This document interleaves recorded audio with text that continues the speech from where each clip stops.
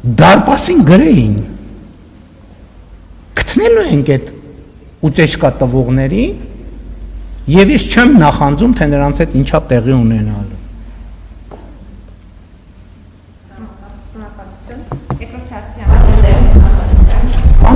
Թեման շարունակելով նախ դուք Ռոբերտ Քոչարյանին դատում եք վաղեմության ժամկետն անցնող մի հոդվածով այնպես որ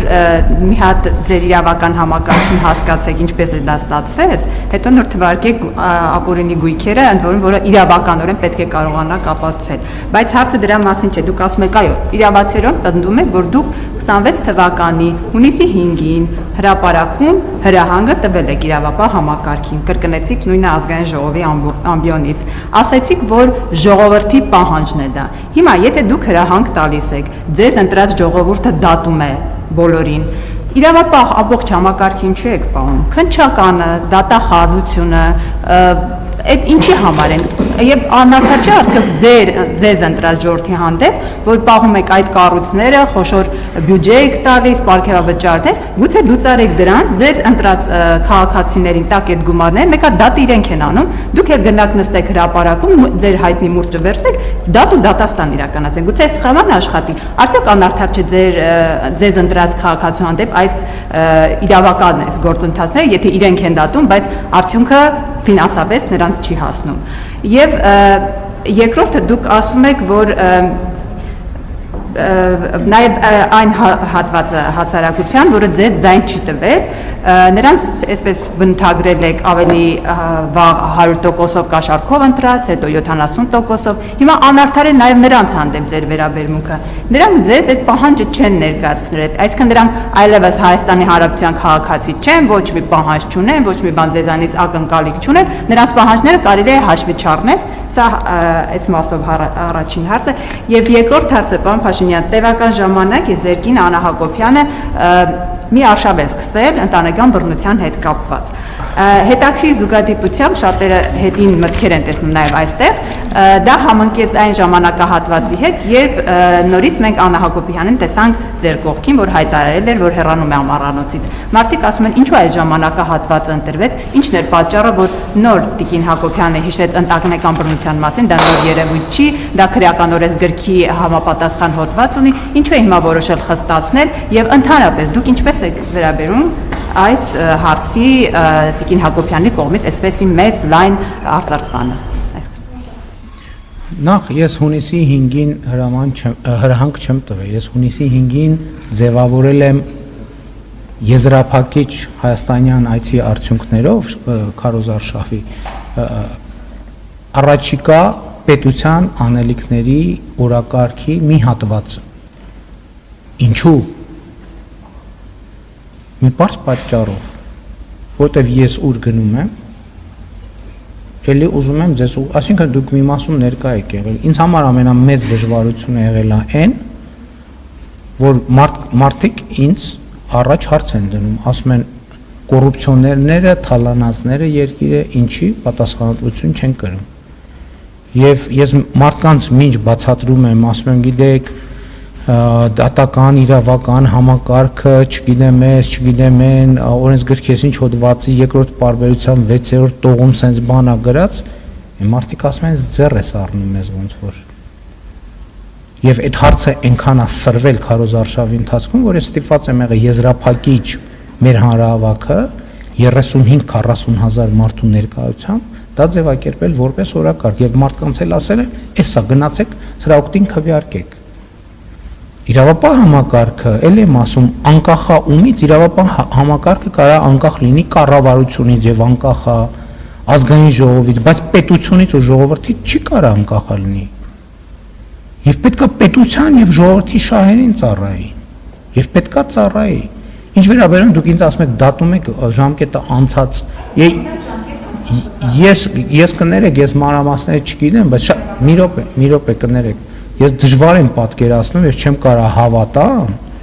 որ մեր իրավապահ քննչական մարմինները եւ դատախազությունը եւ օպերատիվ մարմինները ու պրոֆեսիոնալիզմը ես գիտեմ կարող են այդպիսի բան անել ո՞նց կարա տենց բան լինի ինչ իրանց Ես քիչ առաջ շնորհակալություն հայտնեցի այն մարդկան։ Եկեք իսկապես դուք ավարտեք, որ ես հարցնեմ։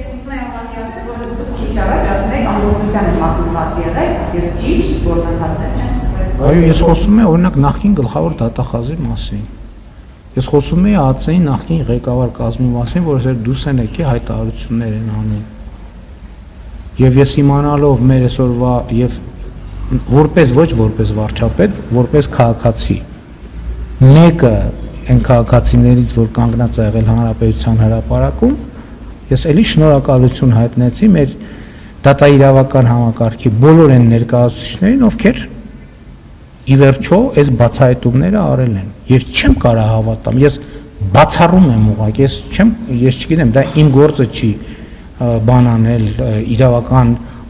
անալիզի ենթարկել, բայց ես չեմ կարող դրան հավատամ, դա բացառված է, որ չգիտեմ, անիրավաչափ հիմքերով իրանք որևէ բան անեն, դա պարզապես բացառված է, եւ էլի, բայց էլի ուզում եմ ասեմ, ի վերջո այդ թվում դուք, ի վերջո վերաբերմունք ձևավորեք, այսինքն ձեզ համար նորմալ է, որ մարդ կարա գա երկրի ղեկավարի պաշտոնում 10 տարի աշխատի եւ դառնա միլիոնատեր դոլարային, ձեզ համար դա նորմալ է, ասեք, որ նորմալ է ձեզ համար, ասեք, որ նորմալ է, գրեք, բարձրաձայնեք, մի բան արեք, այսինքն դրանով ինչ անում եք, բայց այդ նյուանսն է փաստողեք, գրեք ձեր լրատվամիջոցներում, որ այո, ինչպես են ազնիվ վաստակը Ռոբերտ Քոչարյանի, չէ՞ որ նրանք Հենրի Ֆորդից էլ տաղանդավոր բիզնեսմեն են, նույնիսկ Հենրի Ֆորդը ասում էր, ինձ մի հարցրեք առաջին 1 միլիոնը որտեղից մնացածի հաշվետվությունը ես ձեզ կտամ, այս մեր սուպեր բիզնեսմեններն ասում են, մեզ մի հարցրեք, դա նորմալ է, եթե նորմալ է, բայց խի միլիոնատեր չեմ ժողովուրդ, այ եկեք հիմա անդրադառնանք այն, որ գրում էիք, որ չգիտեմ, կամ կներեք, ով որ գրում էր, որ ես Ֆրանսիայում առանձնատուն ունեմ, որ Աննան Կանադայում առանձնատուն ունի, որ չգիտեմ որտեղ ինչ ունեմ, այդ ամեն ինչը գիտեք ինչի համար է։ Դրա հեղինակն էլ էին իրանք, ցույց տալով, որ դա նորմալ է, որ գալիս է այդտեղ հայտնվում ես, պետք է սկսես միլիոնատեր դառնալ, որ դա նորմալ չի, եւ չի լինելու այդպես։ Ինչ վերաբերվում է այն քաղաքացիներին, որոնց մասին դուք ասացիք, ես մեկ ընդմիշտ ասել եմ, Հայաստանի քաղաքացիները, եթե համարում են, որ սխալ է տեղի ունենում եւ պետքա կանգնեցնեն, իրանք իրավունք ունեն հեղափոխություն անեն։ Ունեն այդ իրավունքը։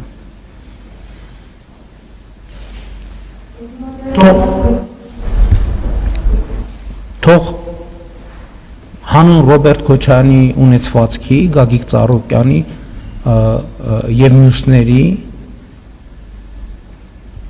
Կալուգացի օլիգարխի եւ Սերժ Սարգսյանի վաստակած ազնիվ վաստակի համար Հայաստանի Հանրապետության քաղաքացիները, եթե համարում են, որ պետք է պաշտպանեն նրանց ազնիվ վաստակը, թող դուրս գան փողոցներ եւ պաշտպանեն ամենայն հարգանքով եւ լրջությամբ եմ ասում, մեզ էլ հեղափոխությամբ հեռացնեն իշխանությունից, բերեն իրանց սիրելի եւ ազնվագույն Ռոբերտ Քոչարյանին, Սերժ Սարգսյանին, Սամվել Կարապետյանին, Գագիկ Ծառուկյանին, բերեն տեղավորեն այս կառավարման շենքերում, մեզ էլ թող տանեն Հանրապետության հրապարակում կախաղան անեն։ Ես օքեյ եմ այս սցենարի հետ։ Եթե իրանք դա են ուզում, ժողովրդի որոշումը ինձ համար ընդհանրապես քննարկման ենթակա չի։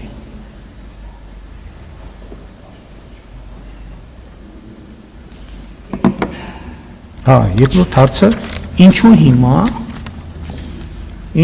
երևի հարցը ճիշտ Աննային տալ, ինչու հիմա։ Ոնց եմ ես վերաբերվում։ Ես վերաբերվում եմ հետևյալ կերպ, կարծում եմ, որ շատ խիզախ բան է անում Աննան, որովհետև մենք բոլորս, գիտեք ինչ կա մի ճշմարտություն, որ բոլորս գիտենք, բայց այդ մասին ընդունված չի խոսել։ Եվ ամենամեծ խիզախությունը բոլորիս հայտնի եւ բայց տենց ինչպես ժամանակին Վազգեն Սարգսյանն էր ասում, համաձայնության գաղճ մթնոլորտում եւ լռության գաղջ մթնոլորտում պահելն է։ Դուք բոլորս, մենք բոլորս գիտենք, ընդ որում պարտադիր չի, որ մենք ամբողջ ծավալով իմանանք, որովհետև ժամանակակից գիտությունը եւ ժամանակակից տեսությունը շատ հազարավոր բաներ կան, գրքեր կան այդ թեմայով գրված։ Ասում եմ, որ բռնությունը մենակ չնայած այս դեպքում իհարկե առաջին հերթին ֆիզիկական բռնության մասին է, բայց մենակ ֆիզիկականը չի բռնությունը շատ ավելի բազմաշերտ երևույթ է, որը մենք նույնիսկ չենք ճանաչում, մեր իրականությունը չի ճանաչում։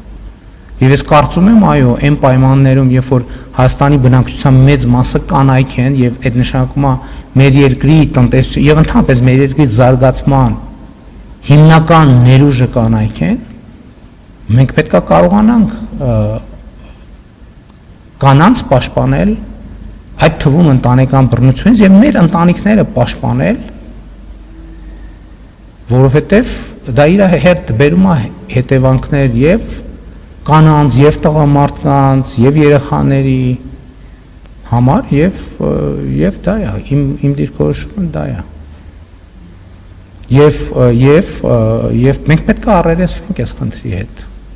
անպայման պետք է առերեսվենք եւ ձեզ էլ կոչ եմ անում ակնհայտ բաները որոնք դուք գիտեք բայց որոնց մասին ընդունված չի խոսել ինչ եք լռությամբ մատնում հիմա Աննան դրա մասին խոսում դրա համար փորձարվում դրա շուրջ այլ մթնոլորտ ձևավորել շատ լավ նախկինում ուրիշները թող բավարար չափով լրատվամիջոցները քաղաքական ուժերը դրա մասին խոսեին թող բոլորը խոսեն եւ իրենց դիրքորոշումը ասեն բայց ճշմարտության լեզվով խոսեն